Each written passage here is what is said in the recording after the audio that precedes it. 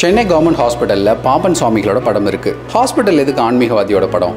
1923 பாம்பன் சுவாமிகள் நடந்து வரும்போது அவர் காலில் ஒரு வண்டி ஏறி அவரோட கால் எலும்பு முறிஞ்சிடுச்சு. உடனே அவரை சென்னை ராஜீவ்காந்தி ஹாஸ்பிட்டலுக்கு கொண்டு போனாங்க. அப்போ பாம்பன் சுவாமிக்கு 73 வயசு. இவ்வளோ வயசில் எலும்பு முறிவு சரியாகிறதெல்லாம் சுலபம் இல்லை.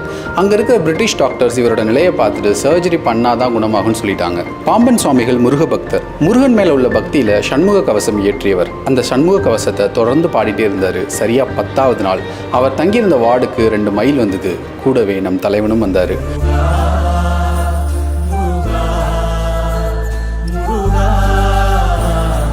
அடுத்த நாள் அவர் பார்த்த டாக்டர்ஸ்க்கு நம்பவே முடியல. கால் முழுமையாக குணமடைஞ்சிருந்தது.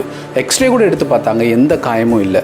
இந்த அதிசயத்தை குறிக்கிற விதமாக இன்றைக்கும் ராஜீவ்காந்தி ஹாஸ்பிட்டலில் பாம்பன் சுவாமிகள் தங்கியிருந்த வார்டில் அவரோட திருவுருவப்படமும் வரலாறும் எழுதி வச்சுருக்காங்க.